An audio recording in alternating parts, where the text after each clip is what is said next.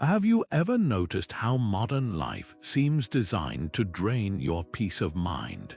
The constant notifications, the endless to-do lists, the pressure to always be available, it's enough to leave anyone feeling stretched thin. But what if the antidote to this chaos wasn't some trendy new app or productivity hack, but rather wisdom that's been tested for over 2,000 years? Stoicism, the ancient philosophy practiced by emperors, slaves, and thinkers alike, offers something rare in our fast-paced world, a way to cultivate unshakable inner peace, no matter what life throws at you. And here's the surprising part: it doesn't require retreating to a mountaintop or renouncing modern life. Instead, it's about small, deliberate rituals that reshape how you see the world. Marcus Aurelius, the philosopher king who ruled Rome at its height, once wrote, "You have power over your mind, not outside events. Realize this, and you will find strength." That's the heart of Stoicism, not controlling the chaos around us, but mastering our response to it. Think about that for a moment. How different would your life feel if you could face setbacks with calm clarity, or greet each day with quiet confidence, no matter what's happening in the news or your inbox? This isn't about suppressing emotions or pretending everything's fine. It's about building resilience from the inside out, one intentional practice at a time. That's exactly what we're exploring today: 28 Stoic rituals designed to anchor you in stillness amid the storm. Some are so simple you'll wonder why you haven't tried them before, like the morning reflection that sets the tone for your entire day. Others might challenge you to rethink how you approach discomfort or failure, but each one is a tool honed by centuries of practice to help you live with more purpose and less reactivity. Whether you're new to Stoicism or already familiar with its principles, these rituals offer something profound, a way to reclaim your attention, your peace, and ultimately your life. So let's begin this journey together, not as a theoretical exercise, but as a practical transformation, because the life you want isn't just possible, it's waiting for you to build it, one Stoic practice at a time. Picture this: your alarm blares, and before you've even opened your eyes, your hand is reaching for your phone. Emails, news alerts, social updates, the world's chaos floods in before you've had a sip of water or taken a full breath. Sound familiar? This is how most of us greet the day, surrendering our first quiet moments to whatever demands scream the loudest. But the Stoics knew something we've forgotten: how you start your morning sets the tone for everything that follows. Instead of letting the world dictate your state of mind, what if you claim those early minutes as sacred ground? Seneca, the great Stoic teacher, put it plainly: begin at once to live and count each separate day as a separate life. That's the power of morning reflection. It's not just about planning your day, but about reminding yourself who you want to be in it. The ritual is simple but profound. Before you check your phone, before you rush into tasks, take 5 minutes to anchor yourself. Sit quietly and ask, what's within my control today? What challenges might arise, and how can I meet them with wisdom rather than reactivity? This isn't about positive affirmations or wishful thinking. It's a deliberate rehearsal of your principles, like an athlete visualizing the game before stepping onto the field. Some Stoics practiced this through journaling, writing down their intentions or revisiting core teachings. Others preferred silent contemplation, mentally preparing for the day's tests. The method matters less than the mindset. You're not just waking up your body, you're awakening your agency. Imagine facing a stressful meeting or a delayed commute with the calm of someone who's already foreseen these moments and chosen their response. That's the Stoic advantage. So here's a challenge. Tomorrow, resist the pull of your devices for just 5 minutes. Sit with your thoughts, or better yet, with a pen and paper. Note one thing you'll embrace today and one thing you'll let go of. It could be as simple as embracing patience in traffic or letting go of the need to please everyone. Small, intentional shifts like this accumulate into something extraordinary, a life where you're no longer at the mercy of circumstance, but the architect of your own peace. The Roman general Scipio Africanus, who defeated Hannibal in one of history's most pivotal battles, had an unusual nightly ritual. Before sleep, he wouldn't review his victories or strategize future conquests. He'd sit quietly and imagine losing everything. His family, his reputation, even his freedom. This wasn't morbid fixation. It was premeditatio malorum, the Stoic practice of negative visualization that transforms fear into fortitude. While most of us compulsively avoid thinking about worst-case scenarios, the Stoics ran toward them with eyes wide open. Why? Because as Epictetus observed, what upsets people is not things themselves, but their judgments about these things. By mentally rehearsing adversity, we strip it of its power to shock us when it arrives. Think of it like emotional vaccination. You expose yourself to small doses of discomfort to build immunity against life's larger blows. Modern psychology confirms this ancient wisdom. Studies on stress inoculation training show that people who mentally prepare for challenging situations perform better under pressure. A CEO might visualize a disastrous product launch to stay calm when it actually happens. A parent could imagine their child failing an exam to respond with composure rather than panic.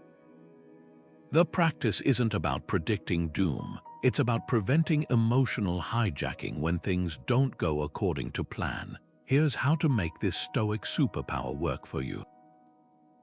First, pick one current anxiety, maybe public speaking, financial instability, or health concerns.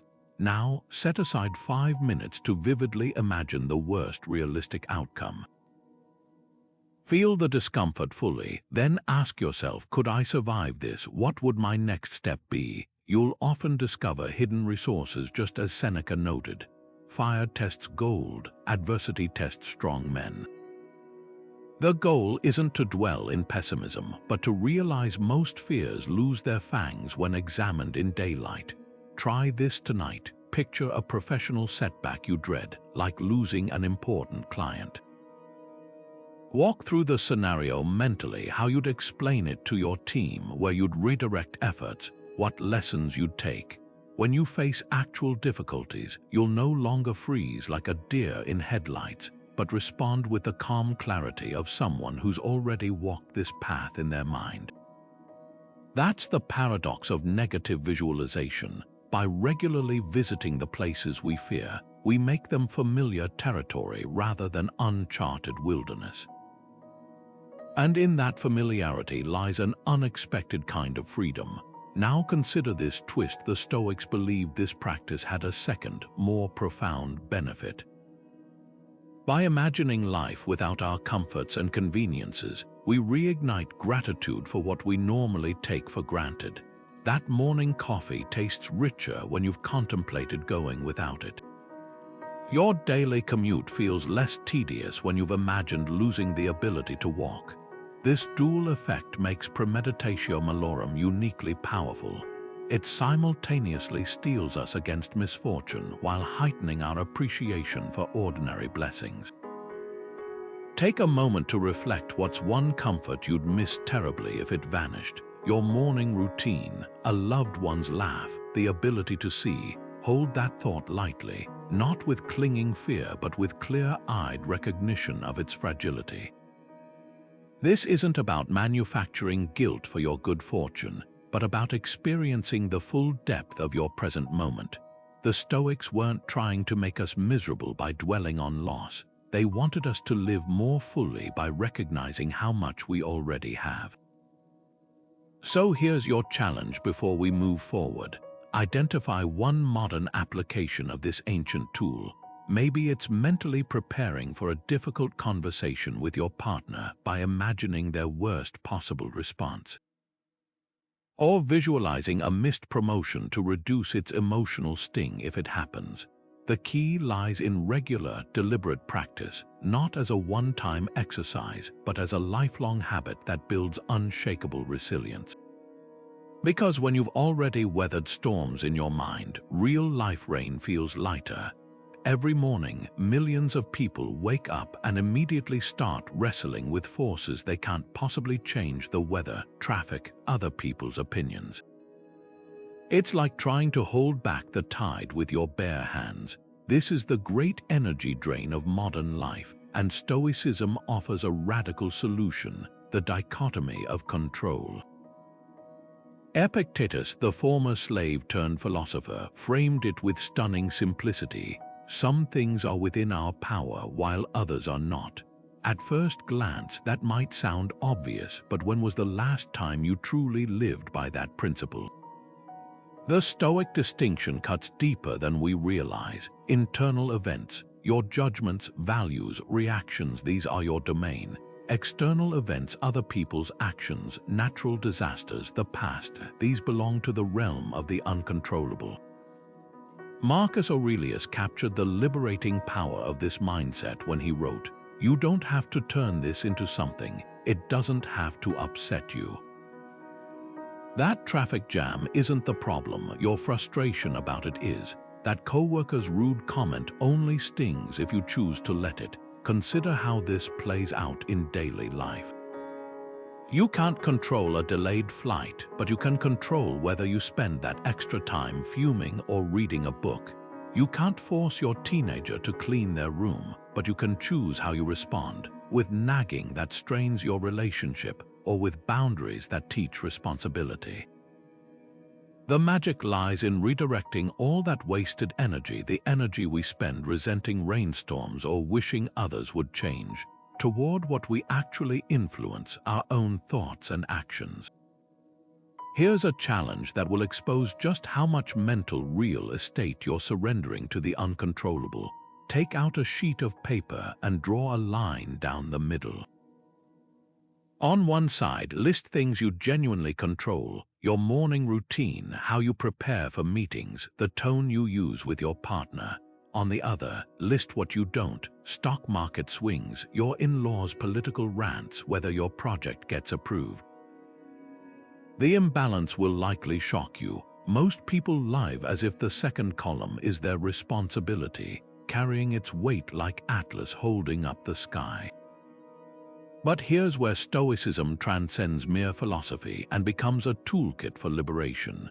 When you catch yourself agonizing over something in the uncontrollable column, pause and ask, what's the version of me who accepts this reality? What action can I take within my sphere of influence? A salesperson can't force clients to buy, but they can perfect their pitch. A parent can't guarantee their child's success, but they can model resilience. This shift isn't passive resignation, it's strategic focus.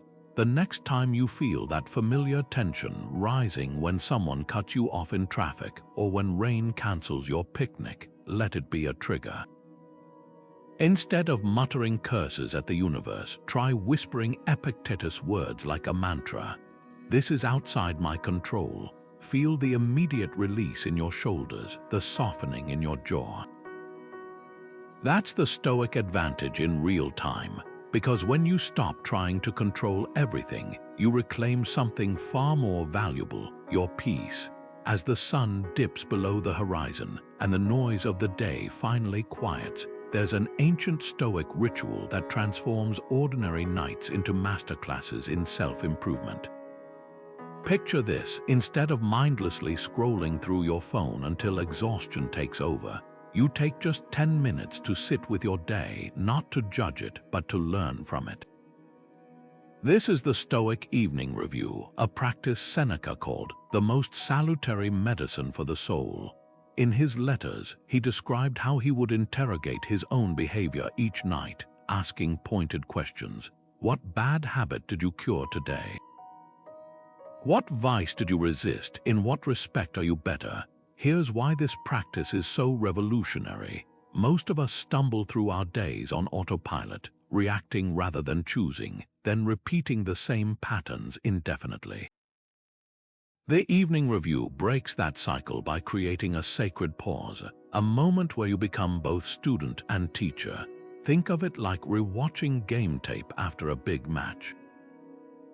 That tense exchange with your coworker, reviewing it helps you spot where defensiveness hijacked your better judgment, that unexpected delay in your schedule.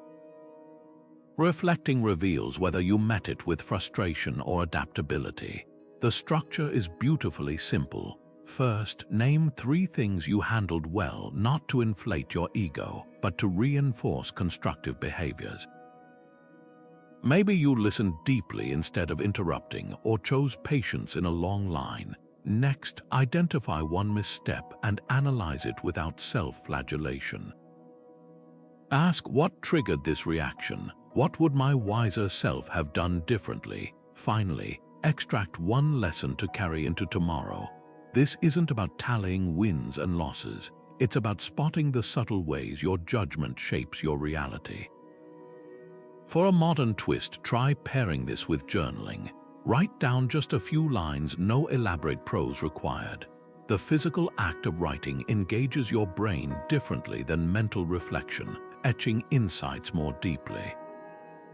Over time, you'll notice recurring themes. Perhaps certain situations consistently test your temper, or you thrive when you prepare thoroughly. These patterns become your personal growth roadmap. What makes this ritual uniquely Stoic is its emphasis on agency. You're not dwelling on how others wronged you or lamenting unfortunate events. The focus stays firmly on your own thoughts and choices, the only territory where real change happens. As Marcus Aurelius wrote in his private journal, you always own the option of having no opinion. There is never any need to get worked up.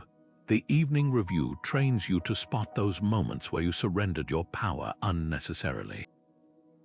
Try this for 7 nights. Keep the bar low some evenings. Your reflection might last just 2 minutes.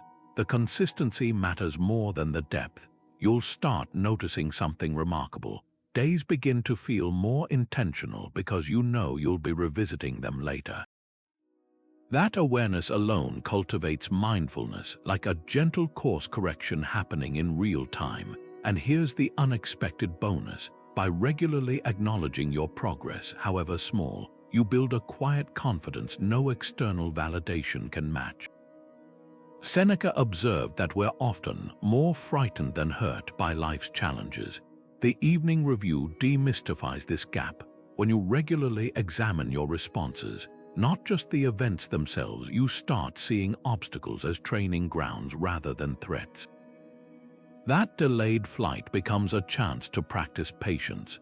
The critical feedback stings less because you've already practiced separating useful kernels from emotional noise. Night after night, this ritual rewires your relationship with adversity, turning what once felt like chaos into a curriculum for growth. Imagine a river encountering a boulder in its path. It doesn't rage against the obstacle or waste energy wishing it away. It simply flows around it, adapting without resistance. This is the essence of Amor Fati, the Stoic practice of loving one's fate.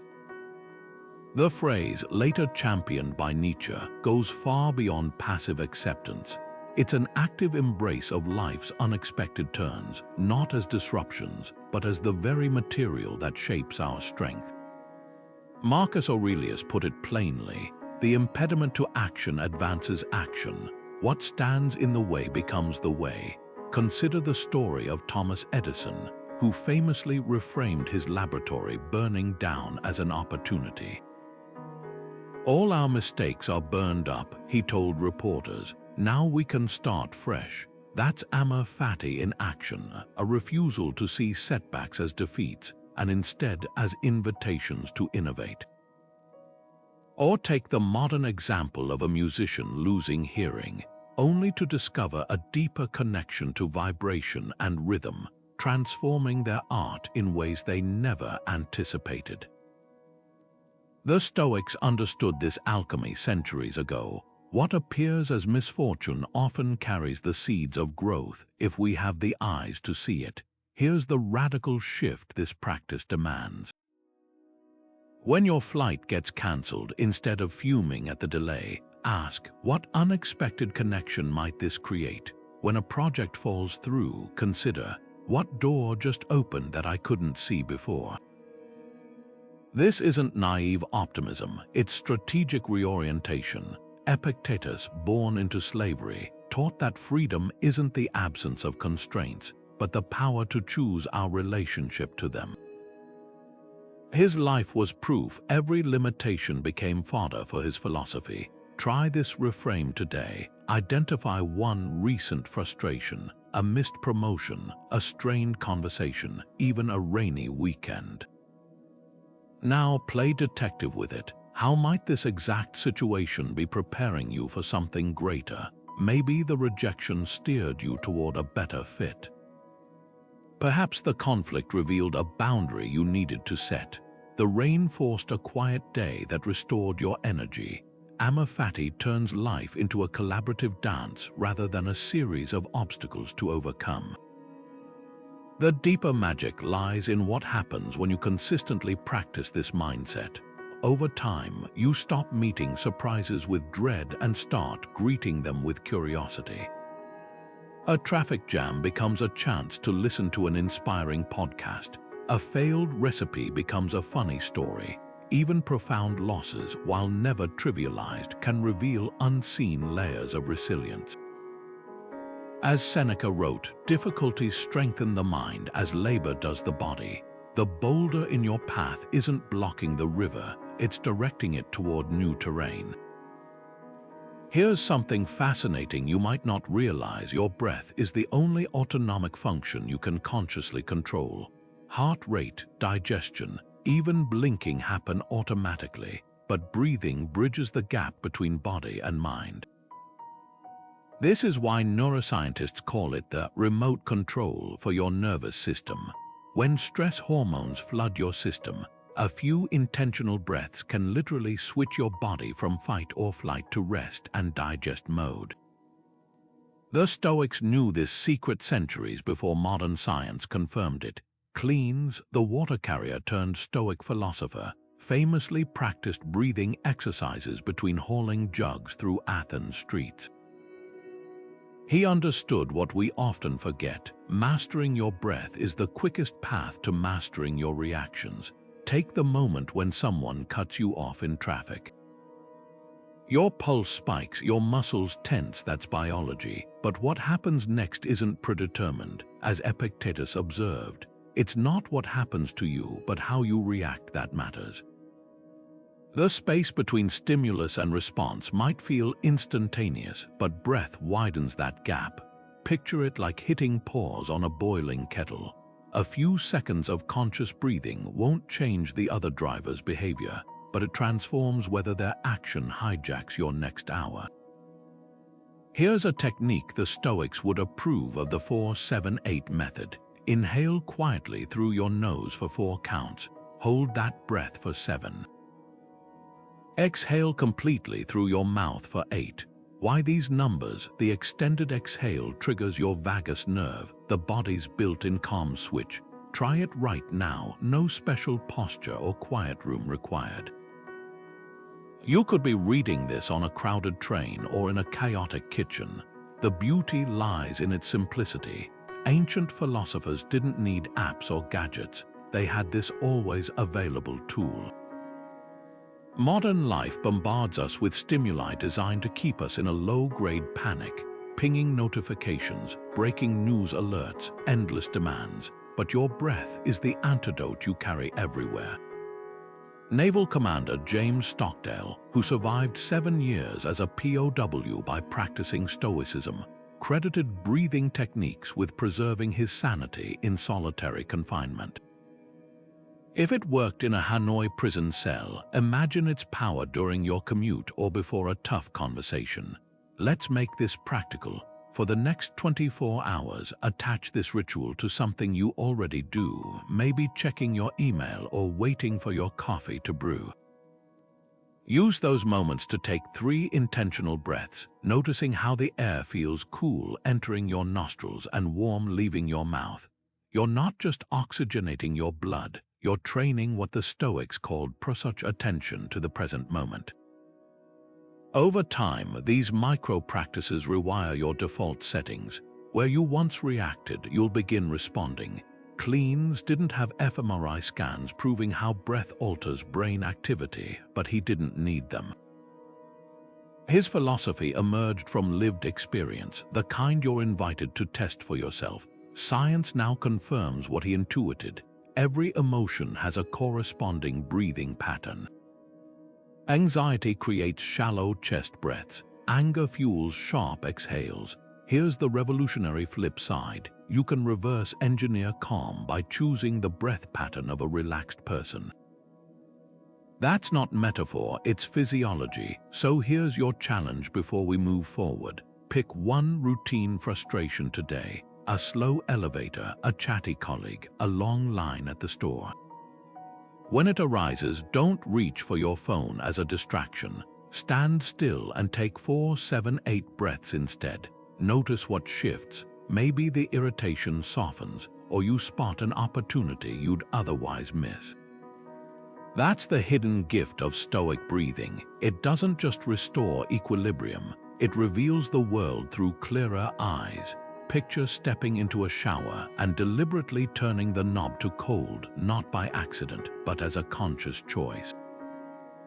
That first shock of icy water triggers every instinct to flee, yet millions from ancient Spartan warriors to modern biohackers have embraced this discomfort.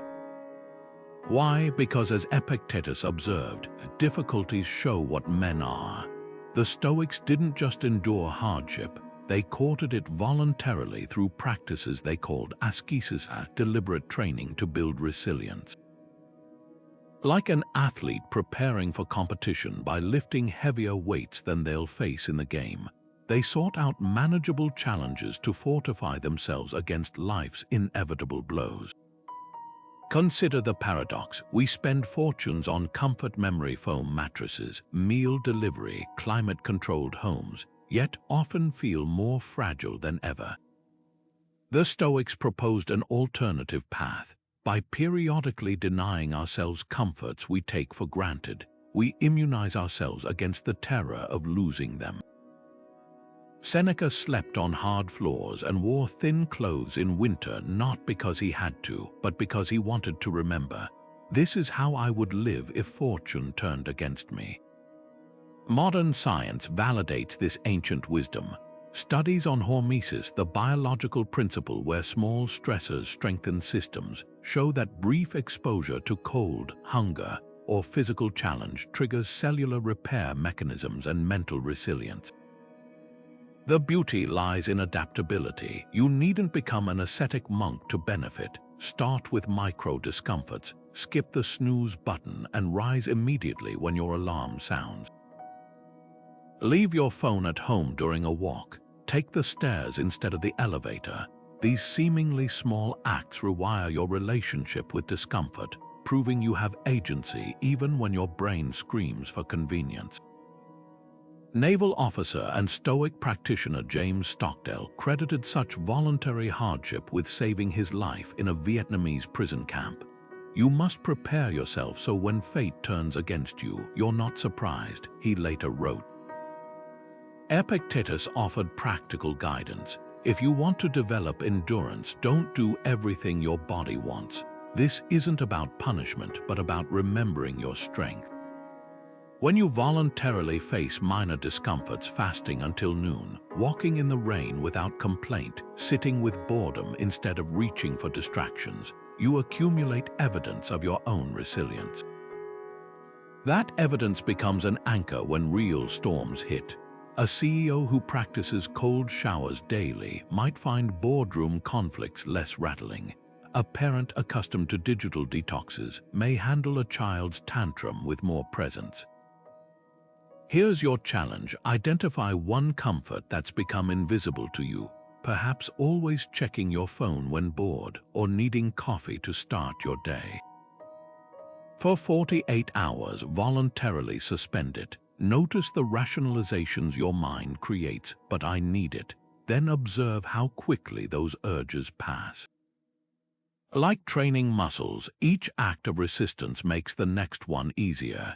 The goal isn't suffering for its own sake, but discovering what Seneca called the joy of missing, the realization that many comforts we cling to are luxuries, not necessities. This practice reveals a profound truth. Resilience isn't something you're born with, but something you build through repeated small acts of courage. Just as firefighters train in controlled burns to prepare for real fires, voluntary discomfort prepares you for life's unpredictable challenges. Start small, but start today, because the strongest trees don't grow in hothouses, but where the wind bends them daily. There's a reason humans have looked to the stars for millennia, not just to navigate, but to remember. On a clear night, when you tilt your head back and take in that infinite expanse, something primal shifts inside you. The petty frustrations that loomed so large hours earlier, the rude email, the spilled coffee, the traffic jam, suddenly seem impossibly small. This is the essence of the Stoic practice called the view from above, a mental exercise Marcus Aurelius used to anchor himself amid the chaos of ruling an empire.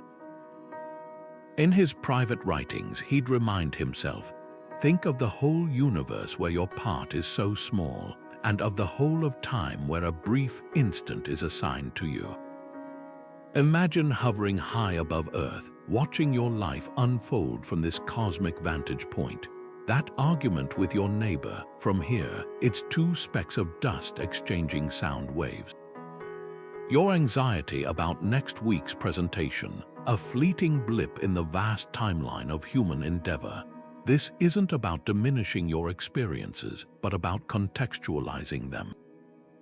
The Stoics called this cosmic perspective the art of zooming out to see your struggles as part of a grander tapestry. When Galileo first turned his telescope toward Jupiter's moons, he didn't just discover celestial bodies, he revealed how small Earth's dramas were in the cosmic theater. Try this tonight. Step outside and find one bright star. Let your gaze soften as you consider that its light traveled thousands of years just to reach your eyes. Now mentally overlay your day onto that scale. That project deadline, the awkward interaction, the disappointment, how much weight do they carry now? Modern astronauts describe a similar shift in awareness called the overview effect. Seeing Earth as a fragile blue marble from space dissolves national borders and personal grudges, leaving only wonder. You don't need a rocket ship to access this wisdom. The Stoics achieved it through disciplined imagination. The magic lies in what happens when you return to ground level. Problems don't disappear, but your relationship to them transforms. What felt like a catastrophe might now register as a manageable challenge. That colleague who annoyed you becomes another human navigating their own tiny slice of infinity. This practice isn't escapism, it's recalibration. As Seneca wrote to a friend overwhelmed by political intrigue, place before your mind's eye the whole universe, and then behold the scant space allotted to human affairs. For a practical application, pair this with journaling. Sketch a simple circle representing Earth, then mark your location with a dot. Write one current worry beside it. Now gradually expand the frame. Draw the solar system, then the Milky Way, then the known universe. By the end, most concerns shrink to their true proportions. Ancient Stoics lacked our astronomical knowledge, but their intuition was profound. Perspective is the antidote to suffering. Consider how differently you'd approach today if you carried this awareness like an invisible lens. Would you still lose sleep over a social media slight? Would that perceived failure still define you? The view from above doesn't erase emotions, but it filters them through something greater, what Marcus Aurelius called the harmony of the whole. Your life matters intensely, yet simultaneously, it's a whisper in the cosmic wind. Holding both truths is the paradox that sets you free. So here's an invitation. The next time a problem feels all-consuming, pause and perform this 3-step ritual. First, close your eyes and envision Earth floating in space. Second, mentally trace the path of your current stress within that vastness. Third, ask, if this were my last night alive, would this still demand my energy? The stars won't solve your problems, but they'll remind you of the immensity within which all problems unfold, and the quiet courage available to face them. You're rushing through a crowded train station, late for a meeting, when someone abruptly cuts you off, shoulders tense, jaw clenches, and the angry words rise in your throat. But what if, instead of reacting, you'd already set the tone differently? Stoicism teaches that justice isn't just about fairness when wronged, but about initiating kindness before conflict arises. This is preemptive kindness, the art of extending goodwill not because others deserve it, but because it aligns with your highest self. Hierarchals, the Stoic philosopher, visualized this as concentric circles. At the center, your own mind, then radiating outward to family, community, and ultimately all humanity. The practice, deliberately drawing those circles closer through small, unseen acts. Take the ancient merchant who would leave extra coins at the market stalls of struggling vendors, not as charity, but as anonymous investment in his community's fabric. Or the modern executive who starts tense negotiations by acknowledging the other party's pressures before discussing terms. These aren't naive gestures, they're strategic applications of Stoic justice. Marcus Aurelius wrote, "What injures the hive injures the bee." When you act preemptively to strengthen the social ecosystem, you're not just being noble, you're preventing future fractures that could rebound on you. Consider the power of proactive apologies, not the forced sorry after a blow-up, but voluntarily acknowledging minor oversights before they're noticed. I realize my email last night came across curt. I value your patience as I improve.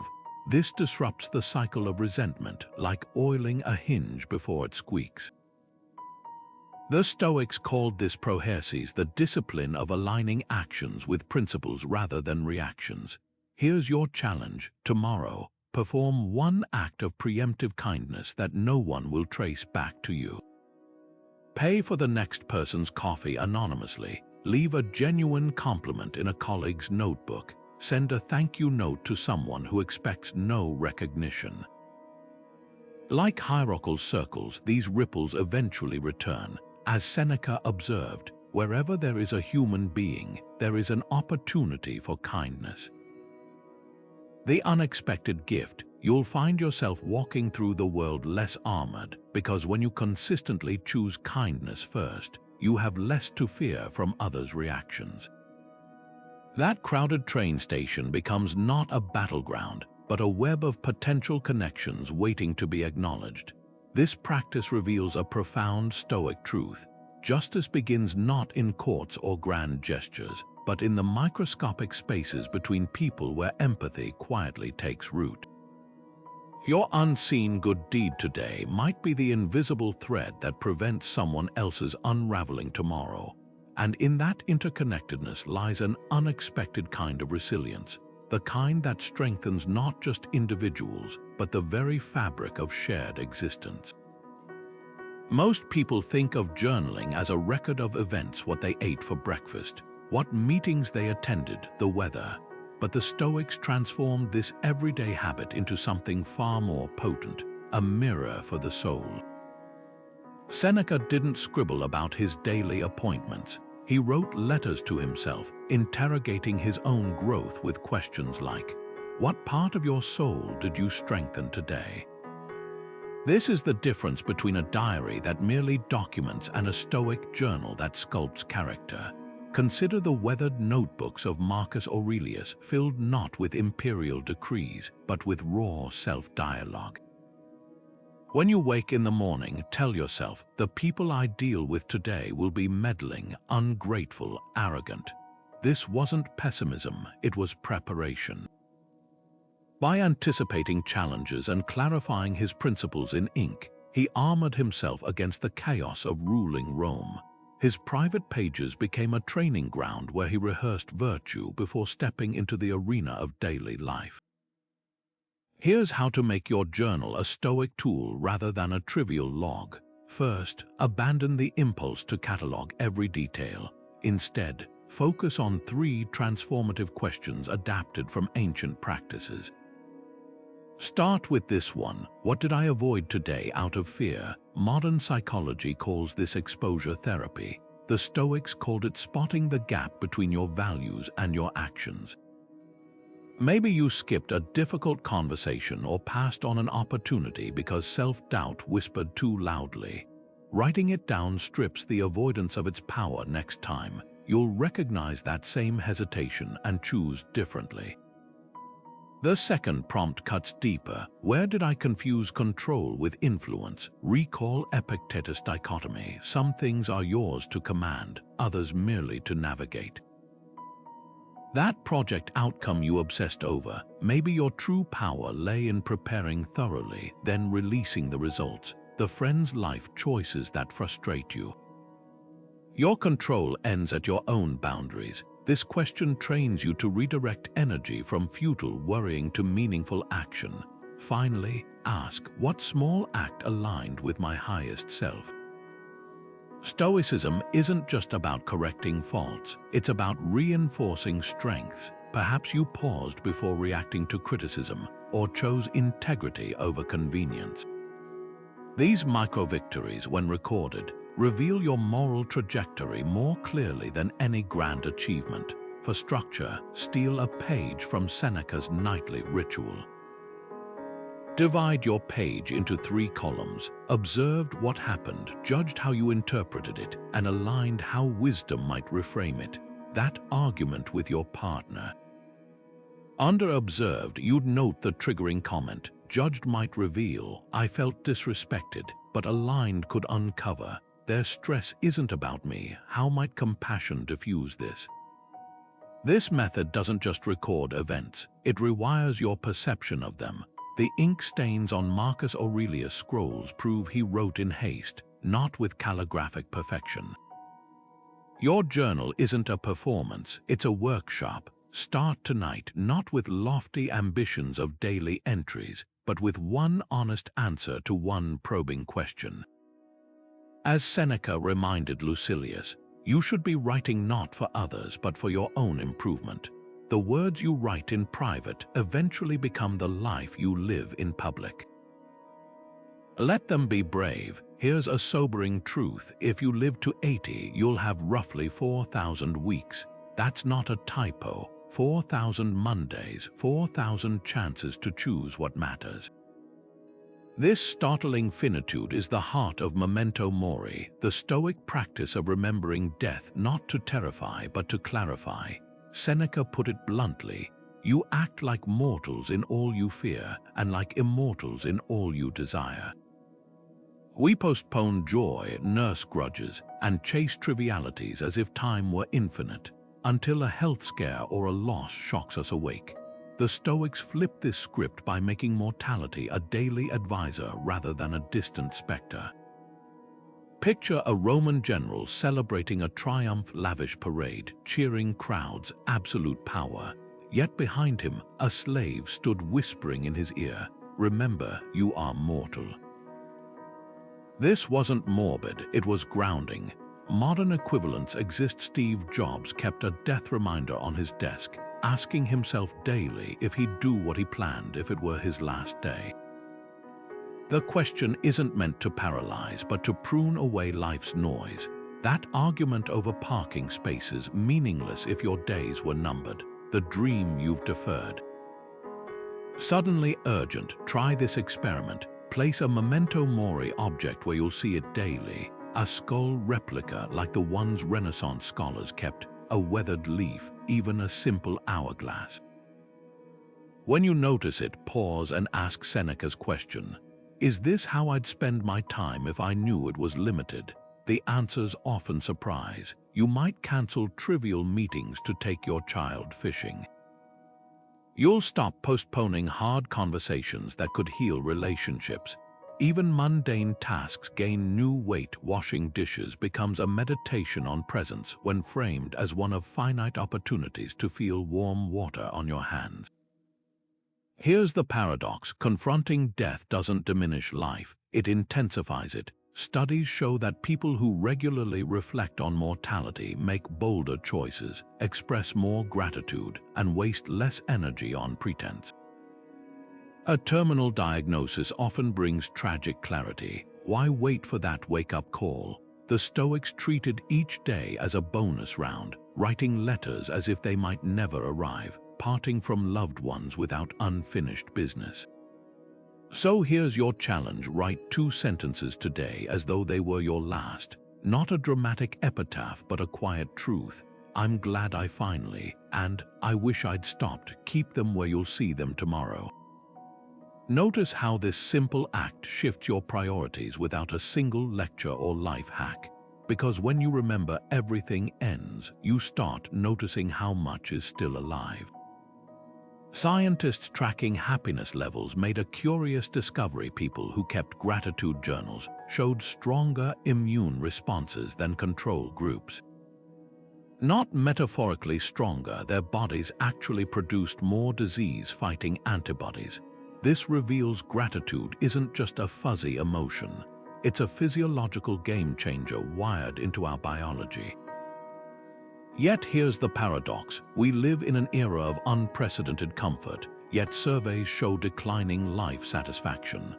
Why? Because gratitude atrophies when treated as a passive reaction to good fortune rather than an active discipline. The Stoics knew this 2,000 years before positive psychology labs. Epictetus, born into slavery, insisted, "He is a wise man who does not grieve for the things which he has not, but rejoices for those which he has."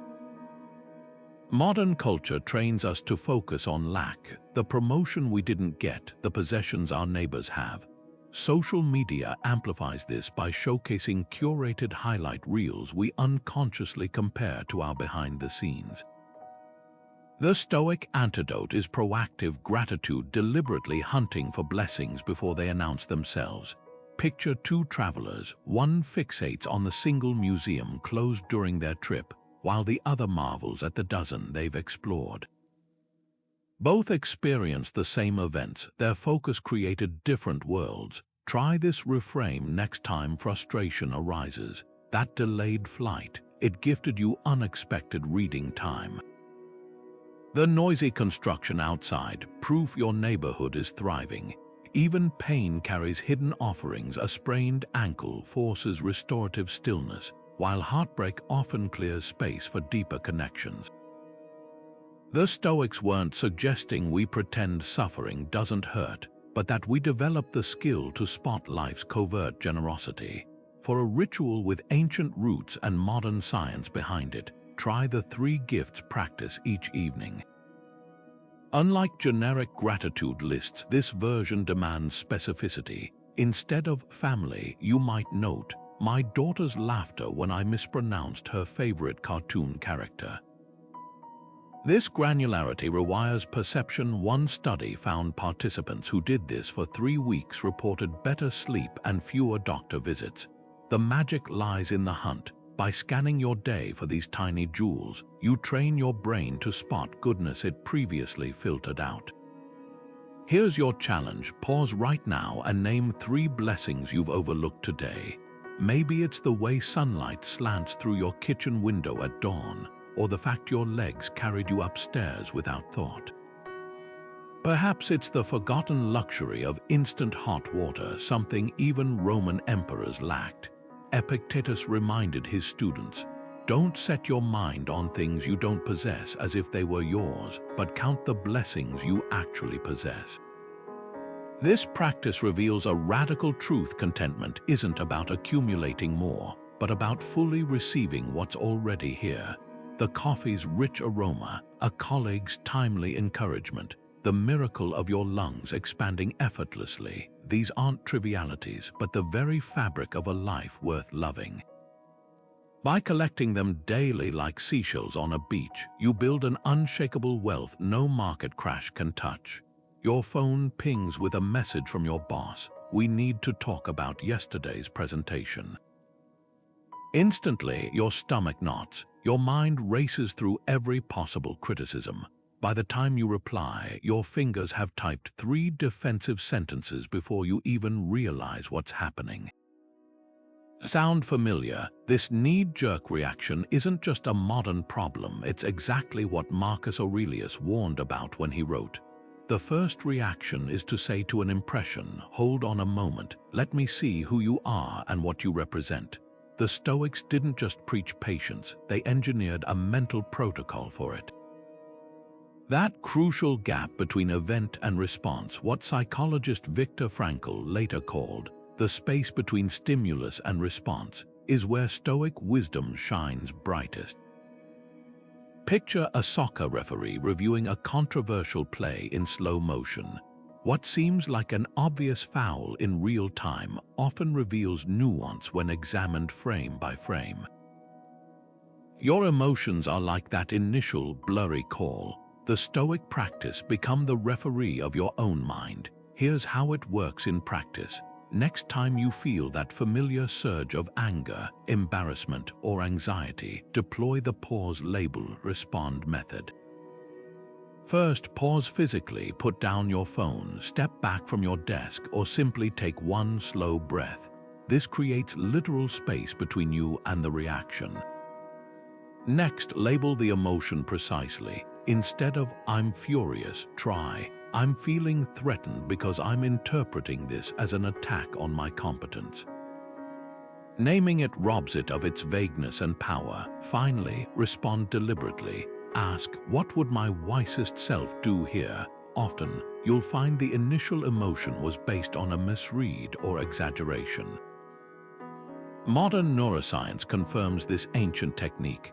Brain scans show that simply labeling emotions reduces activity in the amygdala, the brain's alarm center, while engaging the prefrontal cortex responsible for rational thought. It's not about suppressing feelings, but about preventing them from hijacking your behavior. Consider the executive who receives curt feedback. Without the pause, she might fire off a resentful email. With it, she recognizes the feedback might stem from her manager's stress and chooses to schedule a calm conversation instead. Now think back to your last overreaction.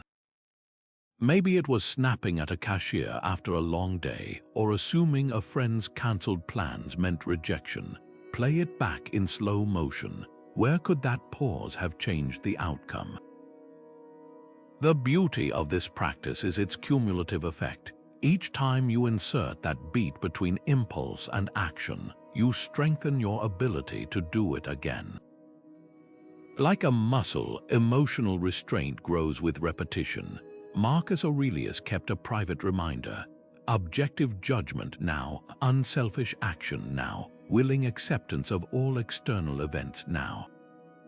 That now wasn't frantic, it was intentional. Your first impression of events will always be raw data. Wisdom lies in refusing to mistake that initial reading for the full story. There's a reason the greatest Stoic teachers didn't lecture from ivory towers they taught while walking. Zeno, the founder of Stoicism, paced the painted colonnades of Athens' Agora, turning philosophical discussions into a moving meditation.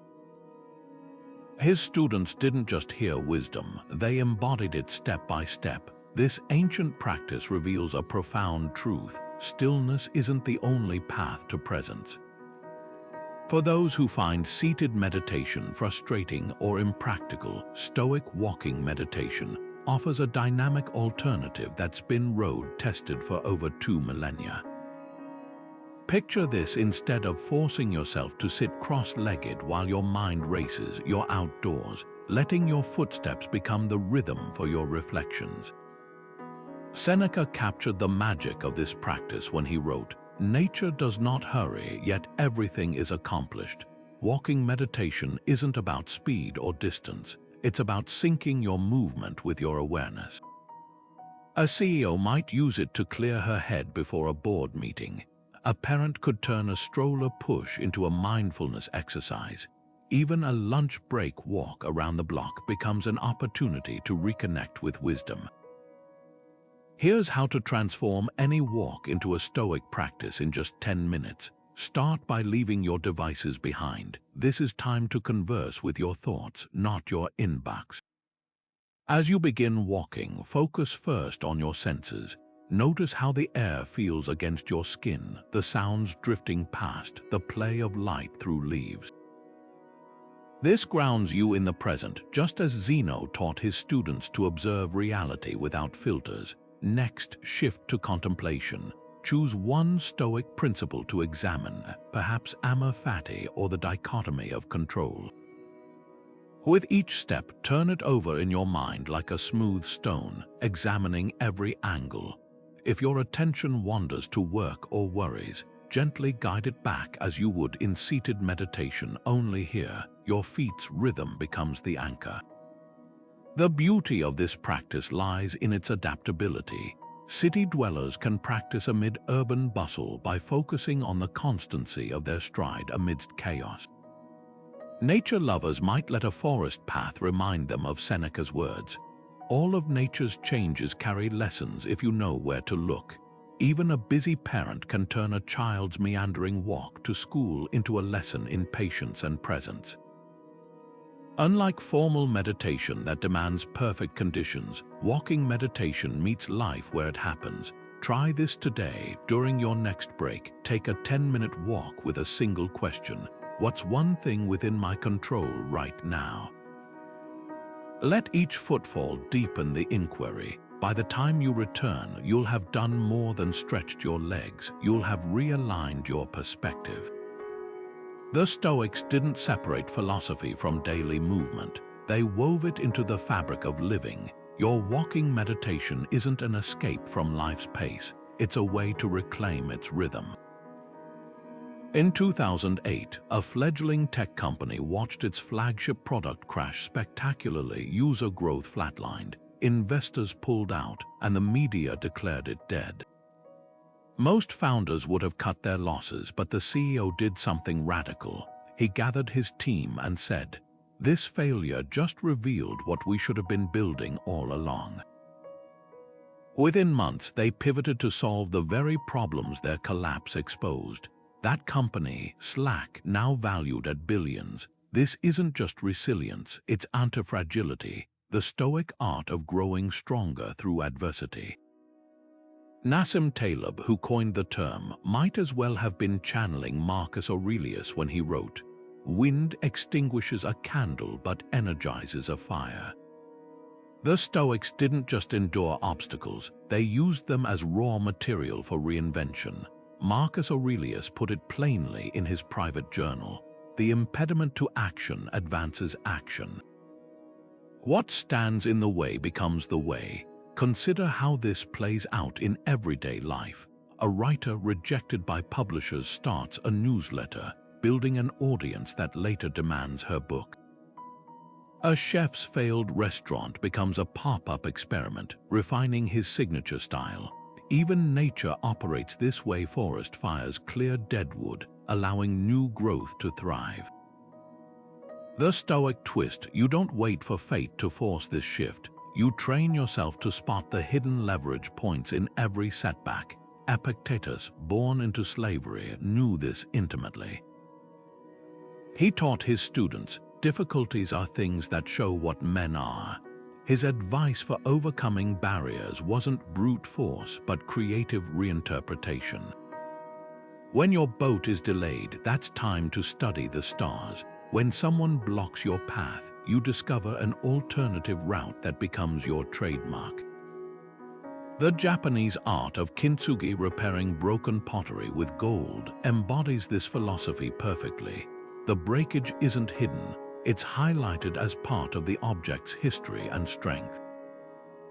Here's how to cultivate this mindset in 3 steps. First, perform an obstacle audit. List current frustrations: a stalled project, a strained relationship, a financial pinch. Next, ask, what skills is this situation demanding that I develop? A budget crunch might teach financial creativity you'd never learn in abundance. A difficult colleague could be refining your patience and communication. Finally, design a small experiment. If traffic wastes your mornings, use that time for audiobook learning. If gyms are closed, bodyweight exercises might reveal unexpected fitness gains. Now take your biggest current obstacle and flip the script. That client who keeps rejecting proposals, they're sharpening your pitch, the supply chain delay. An opportunity to streamline operations. Even chronic pain, as Stoic philosopher Cleans showed, can become a teacher. He studied philosophy while hauling water, turning physical strain into mental discipline. The ultimate test comes when you can look at a setback and genuinely ask, how might this be secretly helping me? That's when you've moved beyond resilience to antifragility, not just bouncing back but bouncing forward. Like a muscle tearing to rebuild stronger, or a vaccine introducing weakness to create immunity, your greatest obstacles often contain the blueprint for your next evolution. So tell me, what current block will you start leveraging today? During a heated presidential debate, a moderator pressed a candidate with a loaded question. Instead of rushing to respond, she let the silence stretch 3 seconds, 5, an eternity by television standards. The audience leaned in. When she finally spoke, her measured words carried 10 times the weight of her opponent's rapid-fire rebuttals. That candidate, Angela Merkel, whose strategic pauses became a trademark of her leadership. This is the paradox of silence, what most fear as awkward emptiness, the Stoics revered as fertile ground for wisdom. In an era where podcasts, pundits, and social media screams for constant reaction, Zeno's ancient advice cuts through the noise. We have 2 ears and 1 mouth so we can listen twice as much as we speak. Modern culture mistakes volume for value. Talk shows reward the quickest quip. Twitter algorithms amplify outrage. Offices promote the most vocal, not the most thoughtful. Yet study after study reveals the cognitive cost of this chattered, decision fatigue from endless meetings, miscommunication from unprocessed reactions, creativity stifled by premature consensus. The Stoics practiced a different art, strategic silence, not as passive withdrawal but as active listening, deliberate response, and the discipline to let ideas ripen before plucking them. Picture Seneca writing letters instead of attending Rome's gossip-filled dinner parties, or Epictetus pausing to examine his impressions before engaging in debate. Their restraint wasn't timidity, it was intellectual armor. Try this experiment tomorrow, the speak half as much challenge. In every conversation, consciously reduce your words by 50%. Notice what happens. You'll likely discover 3 things. First, how often you speak from habit rather than necessity. Second, how much clearer your remaining words become when stripped of filler. Third, and most startling, how others lean in to fill the space, often revealing insights they'd otherwise withhold. A tech CEO who adopted this practice found her team meetings shortened by 1/3 while decision quality improved. The silence forced us to distill our thoughts to the essentials, she noted. Now reflect, when has silence served you? Maybe it was withholding criticism during a child's shaky piano recital, creating space for their pride to blossom. Perhaps it was resisting the urge to defend yourself in an argument, allowing the other person's unspoken guilt to surface. Even nature understands this power. Farmers know seeds grow in darkness, not under constant scrutiny.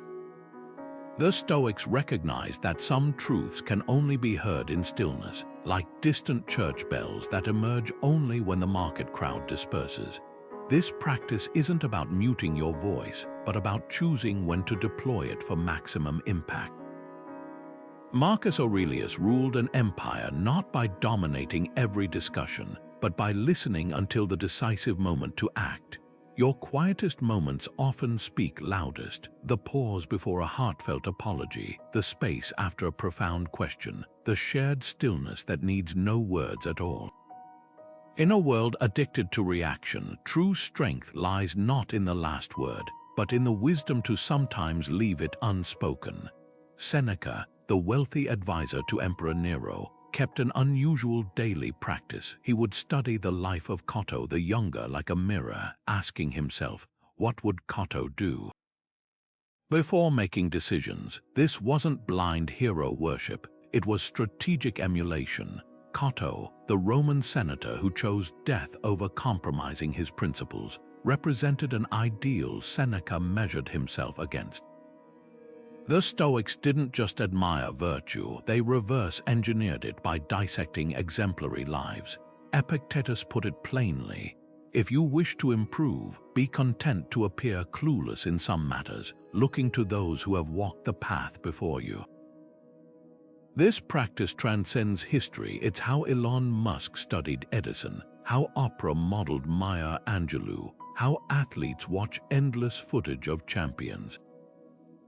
But here's the Stoic twist. Your mentors needn't be famous or flawless. That grandmother who endured war with quiet dignity, a Stoic sage in plain clothes. The co-worker who handles criticism with grace, a living master of equanimity. The key lies in selective imitation, not copying every trait, but identifying specific virtues to absorb. When the Roman general Scipio Africanus wanted to cultivate temperance, he didn't just admire Greek philosophy, he adopted Spartan eating habits during military campaigns. Consider these lesser-known Stoic exemplars, Portia Catanis, who proved women could practice Stoic courage by enduring pain without complaint, Musonius Rufus, who taught philosophy while exiled to a barren island, or Helvidius Priscus, who faced execution telling his weeping wife, "It's just the body they can harm."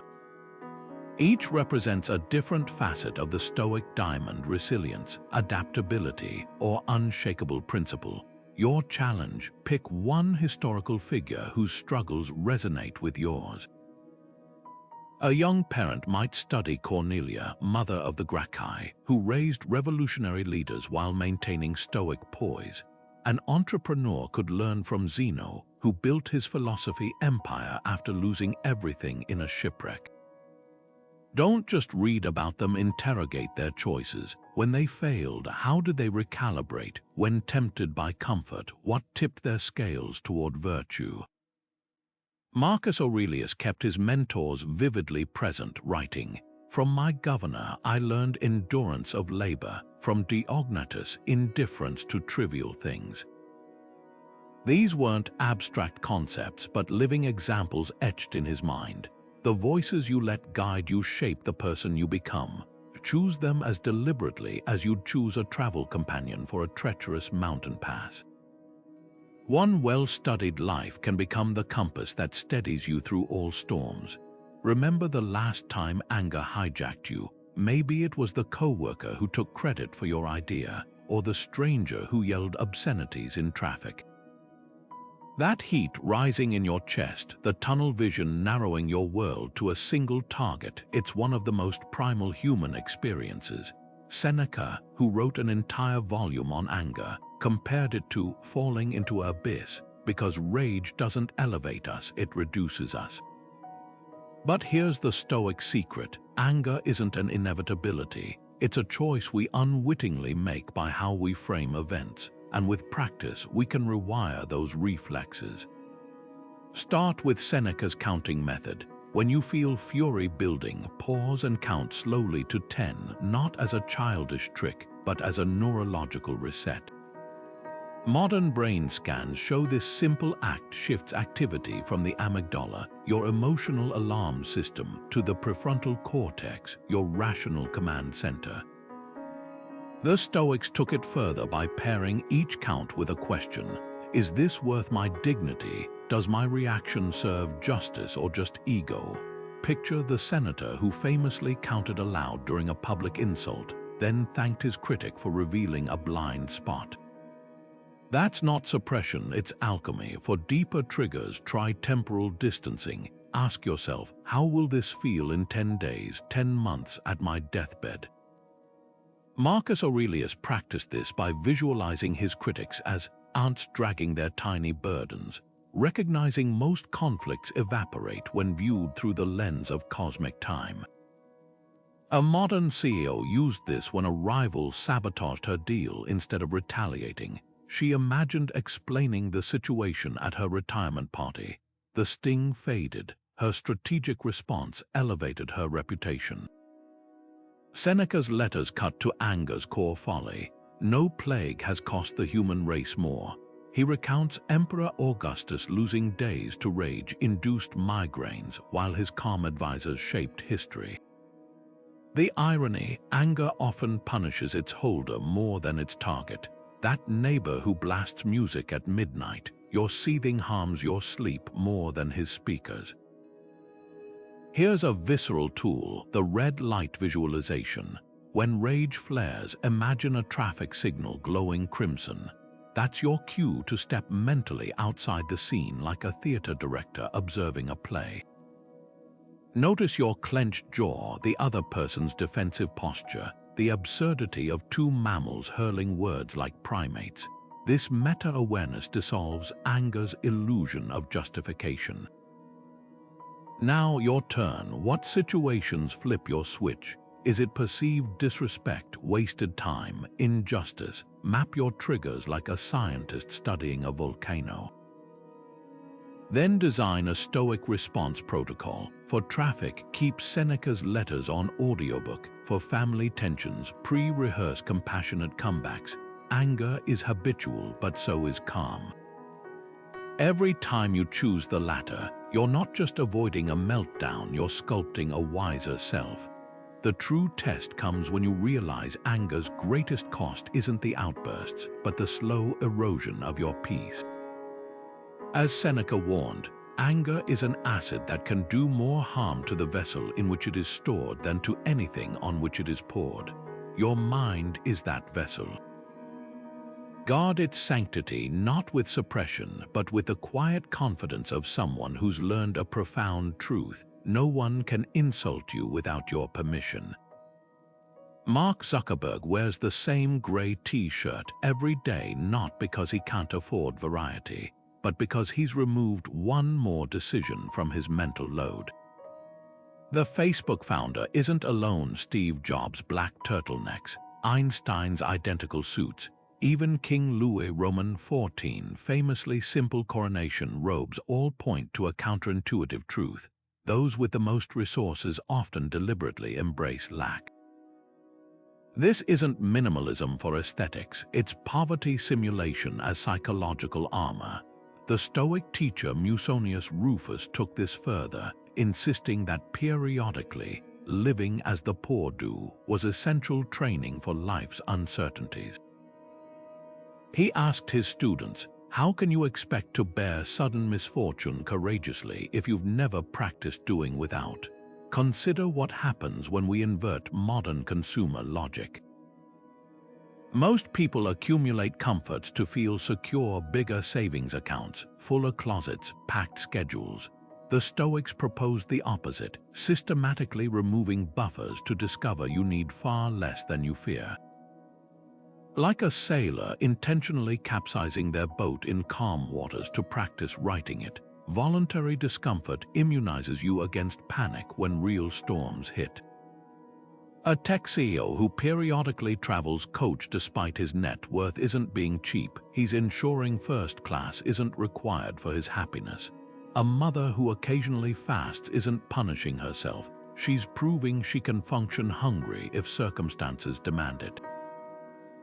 Here's how to make this tangible. Try a no-spend weekend not as deprivation theater, but as a laboratory for self-discovery. Eat from your pantry instead of ordering takeout. Walk or bike instead of driving. Notice which essentials you truly miss versus which absences barely register. The first time author Neil Gaiman did this, he realized, I'd confused convenience with necessity. That's the revelation poverty simulation delivers. Much of what we chase is habit, not survival. For a deeper challenge, identify one luxury you consider indispensable: your morning latte, streaming subscriptions, climate-controlled home. Now relinquish it for 72 hours, not to save money, but to study your relationship with it. Does its absence create space for something better? Does your brain invent creative alternatives? Ancient Stoics would spend days sleeping on floors to appreciate their beds, or endure cold to savor warmth. As Seneca wrote while exiled to a barren island, "He who has learned how to die has unlearned how to be a slave." Modern psychology validates this. Studies on habituation show we adapt to luxuries so quickly they stop bringing joy. The fifth vacation home excites less than the first apartment did. But the inverse is also true. Temporarily stepping down recalibrates appreciation. A finance executive who gave up Uber for a month reported, "I rediscovered the city I'd been missing through tinted windows." The practice isn't about rejecting comfort, but about retaining the power to enjoy it without dependency. So here's your invitation. Before the week ends, pick one comfort to surrender, not forever, but long enough to hear what its absence whispers. Maybe it's silencing notifications to rediscover uninterrupted thought, or swapping restaurant meals for home cooking to reconnect with neglected cookbooks. Like a tree stressed just enough to grow deeper roots, these voluntary constraints don't weaken you. They reveal strengths commercialization has obscured. Because true freedom isn't having everything, it's knowing nothing has you. Imagine walking into an ancient Roman bookstore, no glossy covers or bestseller displays, just scrolls of handwritten wisdom that outsold even the epic poets. Among them, Stoic texts, the self-help giants of their day, passed hand to hand by soldiers, slaves, and senators alike. What made these works endure when countless others vanished?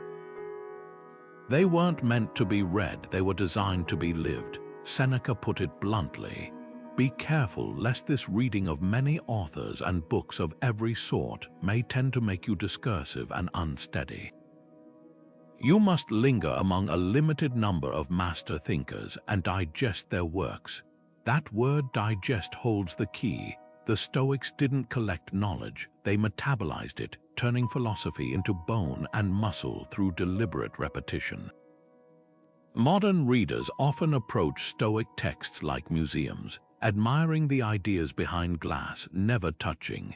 But Epictetus taught in a bustling marketplace, shouting over merchant cries to drive home one point: philosophy that doesn't transform behavior is just entertainment. Here's how to break the glass. Start with a single passage, maybe Marcus Aurelius' reminder that the obstacle is the way, and carry it with you all day like a lens. When traffic snarls, ask, how does this obstacle become my path? When a project stalls, where's the hidden opportunity? This shifts reading from abstraction to apprenticeship. For a structured approach, try the monthly immersion method. Week 1, read meditation slowly, just 5 pages daily. Week 2, choose one maxim to test in real situations. Perhaps, if it's not right, don't do it. If it's not true, don't say it. Week 3, write letters explaining the concept to an imaginary student, forcing clarity. Week 4, reflect, where did the philosophy hold up? Where did reality demand adaptation? This cycle mirrors Seneca's advice to Lucilius. Let your reading be directed to definite ends. Now consider the book that's been gathering dust on your shelf, maybe Epictetus' discourses with its dense dialogues, or Seneca's sprawling letters. What if the barrier isn't complexity, but context? Pair intimidating texts with modern companions. Ryan Holiday's The Daily Stoic decrypts ancient wisdom into daily prompts, while Massimo Pigliucci's How to Be a Stoic offers a scientist's roadmap.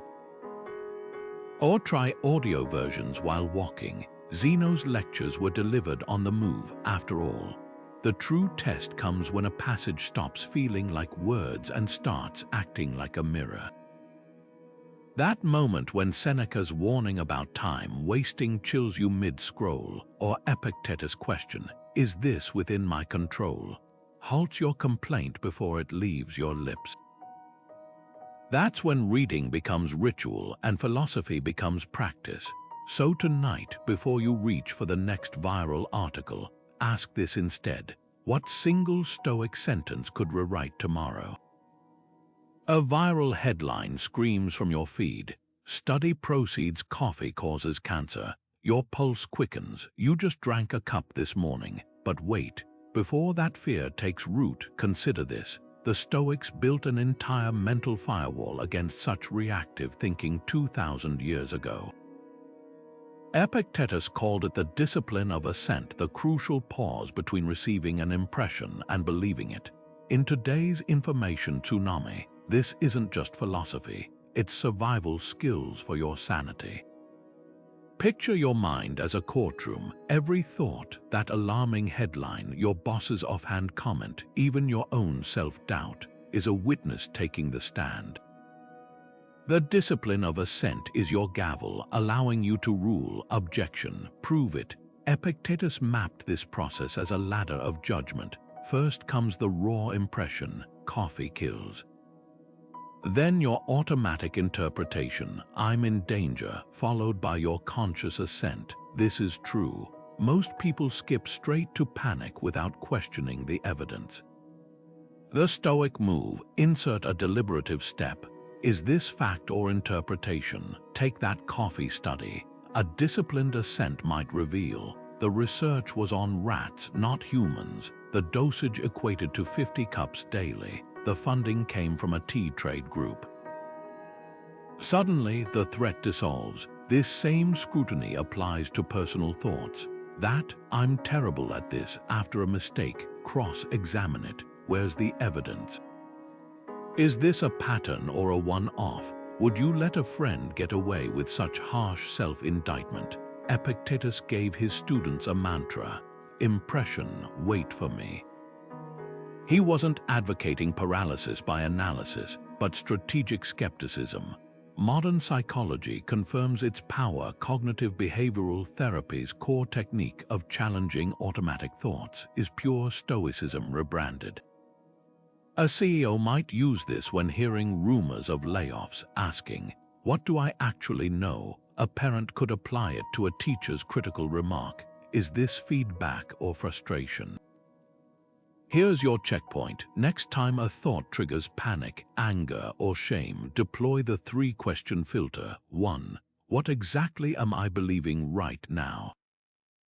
Name the thought explicitly. 2. What evidence supports this? Separate facts from narratives. 3. How would my wisest self see this? Introduce perspective. Try it today with one nagging assumption: maybe my colleague's short reply means they're upset with me. Dissect it. Could they be stressed about an unrelated deadline? Might your interpretation say more about your own insecurities? The discipline of assent doesn't promise certainty, but it does something better. It returns your power to choose which thoughts deserve your allegiance. Marcus Aurelius left himself this reminder: the things you think about determine the quality of your mind. In an age where algorithms profit from your unchecked reactions, the ability to pause before believing may be the ultimate act of self-defense. Your mind is a kingdom. Guard its gates wisely. You've spent the day checking boxes, meeting demands, and keeping up, only to collapse into bed and find your mind racing like a hamster wheel. The glow of your phone screen fades, but the mental chatter amplifies. Unfinished tasks, awkward interactions, tomorrow's uncertainties. Sound familiar? Modern life has turned sleep into a battleground, with 1 in 3 adults reporting chronic insomnia. But here's what the Stoics understood 2 millennia ago: the path to restful sleep isn't found in blackout curtains or white noise machines. It's paved with intentional evening rituals that quiet not just your body, but your soul. Seneca, who advised Nero during Rome's most turbulent years, knew the cost of an untamed mind at night. His wind-down routine was deliberate. After evening baths, Rome's version of a hot shower, he'd dim the oil lamps and revisit his day through writing.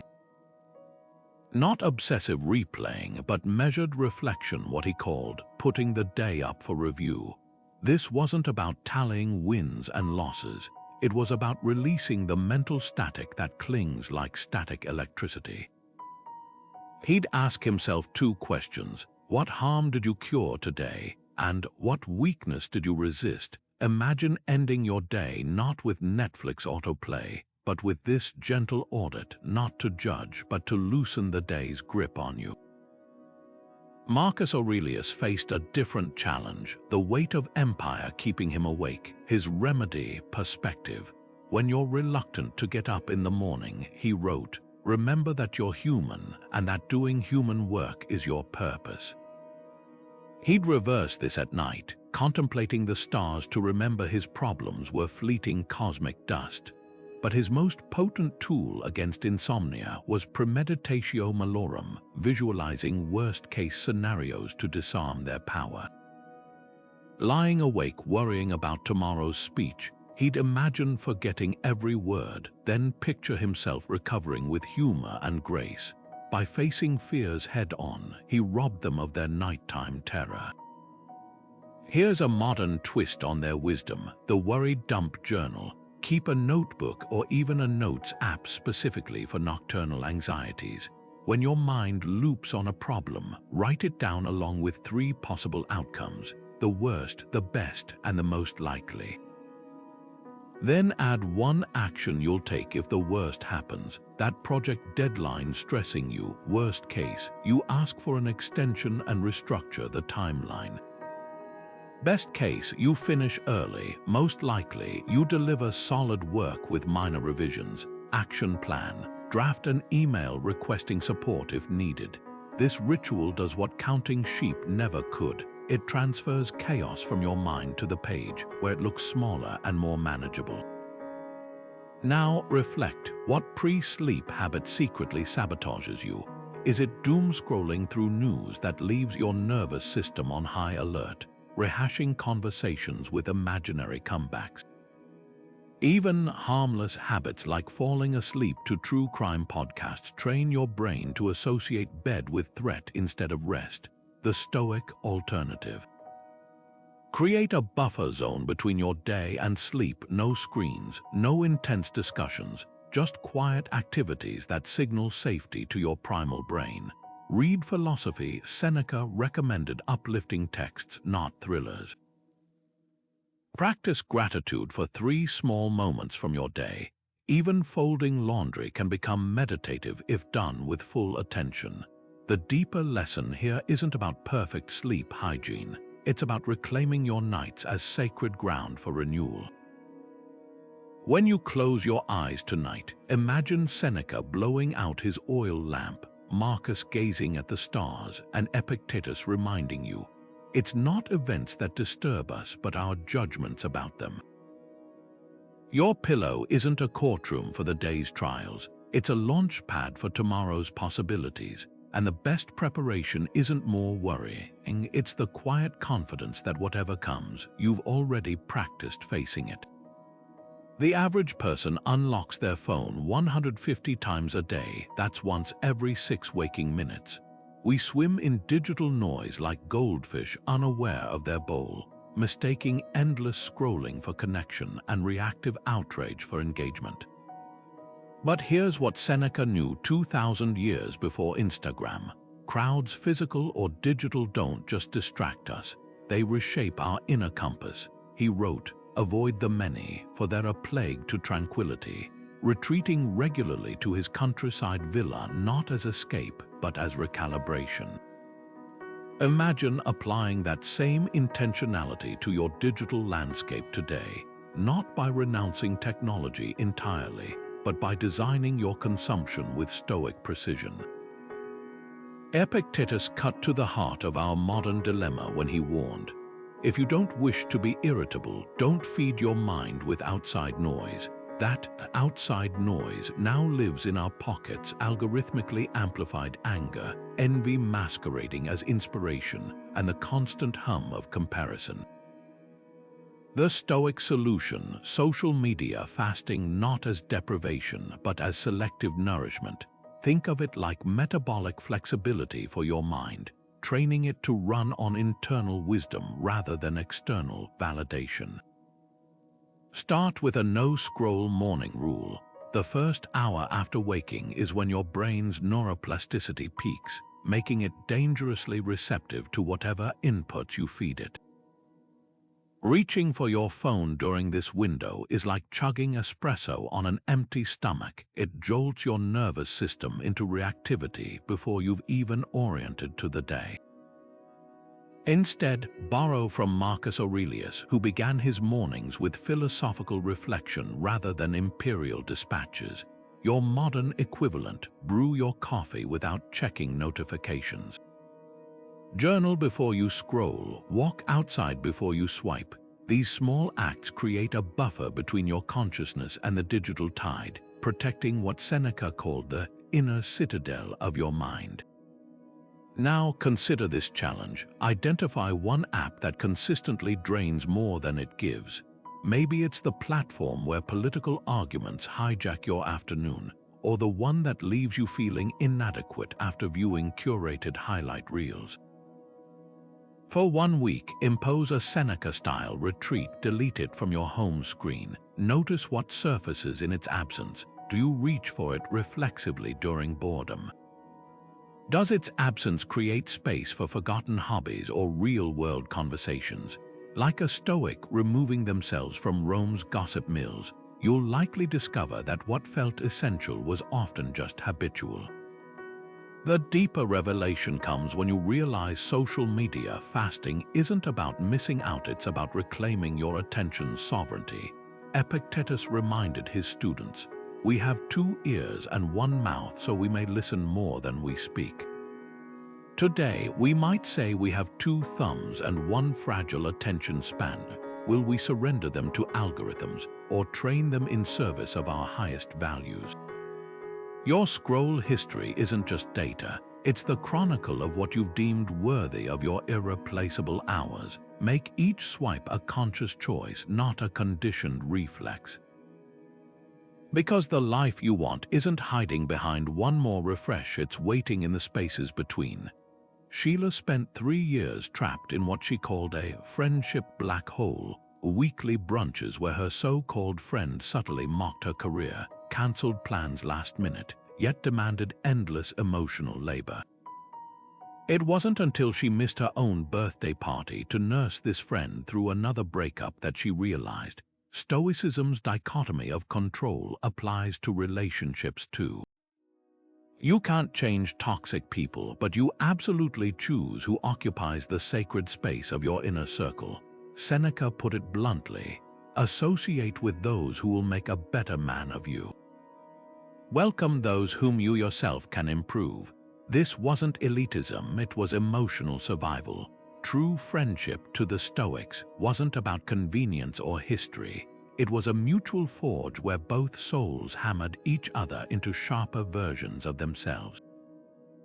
Think of your 5 closest friends right now. Do their conversations stretch your thinking or recycle petty gossip? Do they celebrate your growth or resent your progress? Ancient Stoics practiced radical selectivity in relationships because they understood what modern science confirms. We unconsciously adopt the habits, speech patterns, and even ambitions of those we spend time with. Neurons in your brain literally mirror. There's a phenomenon called limbic resonance. That colleague who constantly complains, you'll start noticing more frustrations. The friend who discusses books and ideas, you'll catch yourself thinking bigger. Epictetus advised his students to withdraw into yourself when tempted by shallow socializing, not as permanent isolation, but to preserve mental clarity for connections that matter. Seneca's letters reveal the Stoic vetting process. Before investing time in someone, ask 1. does this person embody virtues I admire, not perfection but direction too? Do I feel drained or energized after we meet? Emotional honesty over obligation 3. Could I confidently recommend them to my mentors? The reputation litmus test. Marcus Aurelius took this further by keeping a mental ledger. When you wake up in the morning, tell yourself, the people I meet today will be meddling, ungrateful, arrogant. But I've seen the beauty of their souls when they're at their best. This dual lens, clear-eyed about flaws but focused on potential, prevents both naivete and cynicism. Now your turn. Grab paper and divide it into 3 columns: elevate, maintain, and release. In elevate, list friends who challenge your thinking or model resilience, the ones whose calls you never ignore. Maintain holds pleasant but neutral connections, your book club buddy, gym partner. Release isn't about dramatic cutoffs, but conscious distancing, people who consistently gossip, flake, or diminish you. For these, Stoicism suggests gradual boundaries, shorter visits, fewer confidences, until the relationship finds its natural level, the most profound test. Ask yourself, if this person were my only influence for the next 5 years, who would I become? We outgrow relationships not from malice, but from evolution, like a snake shedding skin that no longer fits. Surround yourself with those who make your virtues contagious, and watch your life rise to meet their example. Imagine your mind as a film editor's cutting room, where raw footage of daily experiences plays on loop. Some scenes are keepers, moments of joy, lessons learned, connections made. But then there's the grainy, out-of-focus footage, that awkward comment you can't stop replaying, the future disaster your imagination keeps scripting, the grudge you've reshot from 12 different angles. This is where Stoicism hands you the scissors. Marcus Aurelius, who ruled an empire while battling chronic illness, left behind a radical editing technique in his private journals. Erase the false impressions that trouble you and see how much tranquility you gain. He wasn't talking about suppression. This was selective deletion, the art of recognizing which mental clips deserve to stay and which were draining your emotional budget. The process starts with awareness. Just as an editor spots a flawed take by watching the raw footage, you can identify corrosive thoughts by observing your mental replays. That meeting where you stumbled over your words, the 5th replay, isn't helping you improve, it's just reinforcing shame, the friend who forgot your birthday. Your mental reruns of the incident won't change their memory. Aurelius called these impressions, not facts, but interpretations we've glued to events. His solution was simple. Ask of every impression, do I need you? If the answer's no, hit delete. Try this tonight. Open your notes app or grab a notebook and title it Mental Outtakes. Jot down 3 thoughts that hijacked your focus today. Maybe, my boss's tone meant she's disappointed in me, or I'll never finish this project on time. Now play editor. For each one, ask, does this thought serve my growth or my anxiety? Is it based on evidence or assumption? Could I tolerate deleting it?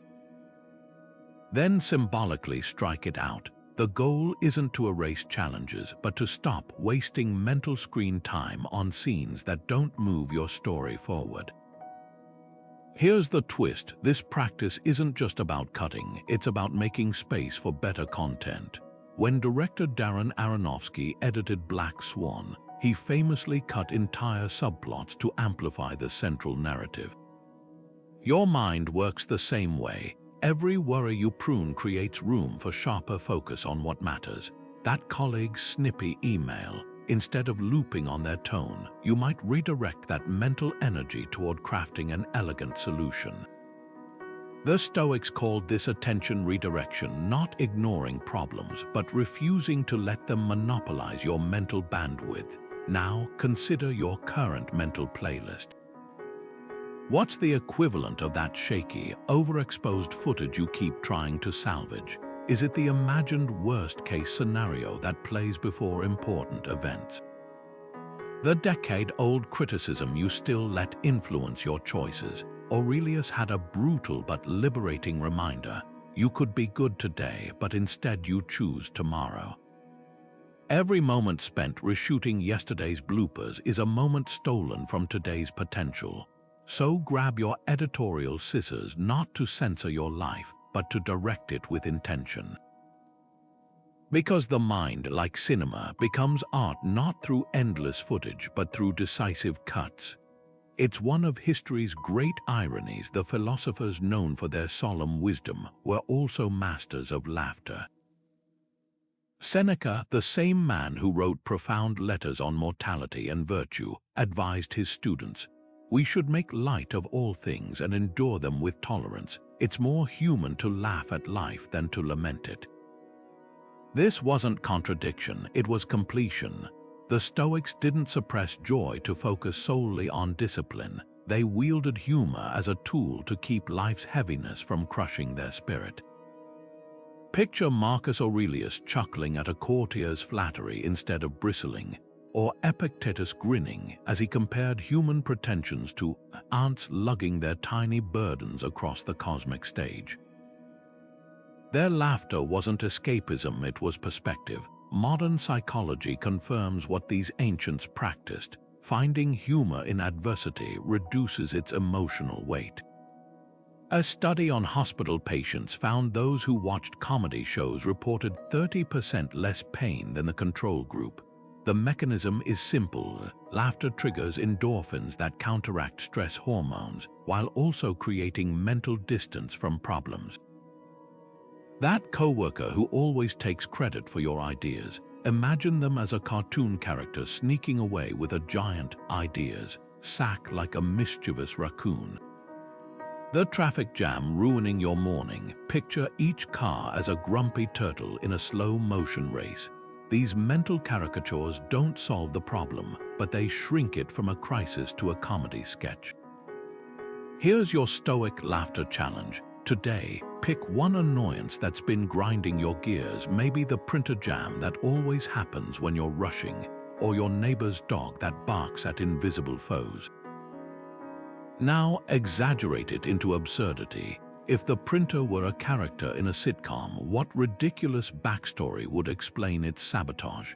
If the dog were an undercover agent, what mission is it barking about? The goal isn't to dismiss real frustrations, but to prevent them from metastasizing into soul-crushing grievances. As Seneca noted, anger is temporary madness, but so is taking life's irritations too seriously. Now reflect, what recent situation did you over-seriousize? That awkward Zoom moment when your cat walked across the keyboard during a presentation. The burnt dinner that became a disproportionate tragedy. The Stoics would urge you to revisit that memory not with cringing embarrassment, but with the gentle humor you'd extend to a friend's mishap. Ancient Romans celebrated the god Momus, the spirit of mockery, not to encourage cruelty, but to remind themselves that even gods don't escape laughter. Your stumbles aren't failures, they're future stories that'll bond you with others over shared humanity. The deepest wisdom here lies in recognizing that joy and resilience aren't opposites, they're allies. A heart trained in Stoicism doesn't just endure storms, it learns to dance in the rain. So the next time life serves up frustration, ask yourself, how would this look in a slapstick comedy? What punchline might future you find in this moment? Because sometimes the most philosophical response isn't a profound quote, it's a well-timed chuckle that keeps the world's weight from pressing too hard on your soul. What if you could attend your own funeral not as a ghostly observer, but as the architect of what's being said? The Stoics called this legacy visualization, and it's far more than a morbid thought experiment. Picture the scene, loved ones gathering, a podium waiting, the silence before someone speaks. What words would you hope to hear? Not the polished lies of polite eulogies, but the raw, honest truth about how you move through the world. Marcus Aurelius drilled this into his own mind daily. You could leave life right now. Let that determine what you do and say and think. That's the power of this practice. It doesn't just ask you to confront death, but to let that clarity sculpt your living moments. Consider two contrasting examples. First, the entrepreneur who spent decades chasing wealth, only to hear his funeral speeches mention his impressive portfolio and long hours at the office, nothing of kindness, mentorship, or joy. Then there's the teacher whose former students describe how she made every child feel seen, or the neighbor who always had time to listen. Their legacies didn't hinge on grand achievements, but on countless small choices to show up fully for others.